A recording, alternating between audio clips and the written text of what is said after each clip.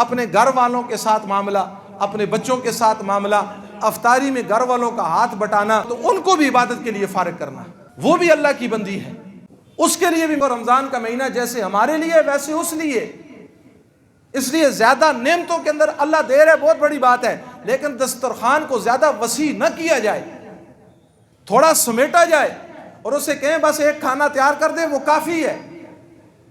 اب وہ بیچاری ابھی ہم جمعہ پڑھ رہے ہیں، وہ ابھی نماز پڑھ کے شروع ہوگی اور پکاتے پکاتے پکاتے پکاتے بعض اوقات آپ خود بتائیں دعا کرنے کا بھی موقع ملتا ہے۔ حضور علیہ السلام نے ہمارے سامنے گھر کی زندگی کو بھی رکھا ہے، ہمارا برتاؤ اپنی گھر والی کے ساتھ کیسا ہونا چاہیے۔ میرے محترم دوستو ذرا دیکھیں نا، ذرا دیکھیں، آپ حضور کی عظمت، مقام اور مرتبے کو دیکھیں، آپ کی شان دیکھیں۔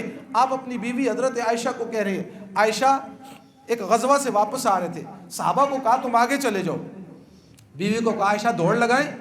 اب ذرا دیکھو نا، اللہ کے محبوب دوڑ لگائیں، حضور علیہ الصلوۃ والسلام بھی دوڑ رہے ہیں، حضرت عائشہ بھی، تو حضرت عائشہ جیت گئیں، حضرت عائشہ جیت گئیں، تو اس پر وہ خوش ہوئی، پر وقت چلتا رہا۔ پھر ایک موقع پر ایک غزوہ سے واپس آئے، حضور نے فرمایا عائشہ دوڑ لگائیں، کہ اللہ کے محبوب دوڑ لگائیں۔ اب دوڑ لگائی تو حضور جیت گئے، حضرت عائشہ کا بدن ذرا فربا ہو گیا، حضور نے فرمایا اس پہلی دوڑ کا بدلہ ہو گیا، اس پہلی دوڑ کا۔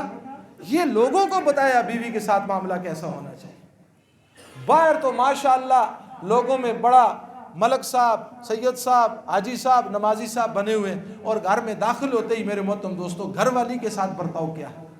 دیکھو بیت اللہ کی کتنی عظمت ہے، بیت اللہ کا کتنا مقام ہے، بیت اللہ کا گرانا اتنا بڑا گناہ نہیں ہے جتنا ایک مسلمان کے دل کو توڑنا گناہ ہے، ایک مسلمان کے دل کو توڑنا اتنا بڑا گناہ ہے، اور یہ بھی اللہ کی ایک بندی ہے۔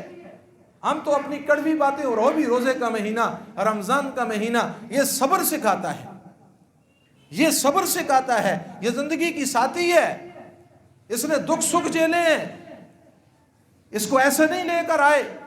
اس لیے میرے محترم دوستوں اور بزرگوں اپنی گھر والیوں کے ساتھ برتاؤ۔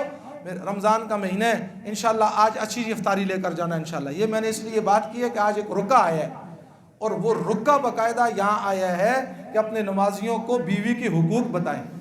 تو میں نے تو کہا میں تو ان کو حقوق بتاتا رہتا ہوں، تو یہ نہ ہو کہ تم ایسے کام نہ کرو کہ ادھر کہیں رکوں کا ڈھیر نہ لگ جائے۔ تو اس لیے کوشش کرنا ہے انشاءاللہ آج اچھی سی افطاری اپنی طرف لے کر جاؤ نا، کال ٹیلی فون کر دو، خیر ہے آج پکوڑے نہ بناؤ، سموسے نہ بناؤ، کچھ نہ بناؤ، میں باہر سے ہی لے آؤں گا۔ تو دیکھو انشاءاللہ آپ تھوڑا سا آگے جائیں گے اور وہ اپنے دامن کو کیسے پھیلائے گی۔ اس لیے میرے محترم دوستوں اور بزرگوں، یہ رمضان کا مہینہ یہ وفاؤں کا مہینہ ہے، اداؤں کا مہینہ ہے، اللہ سے اپنے آپ کو، اللہ کی محبت میں اپنے آپ کو لٹانے کا مہینہ ہے۔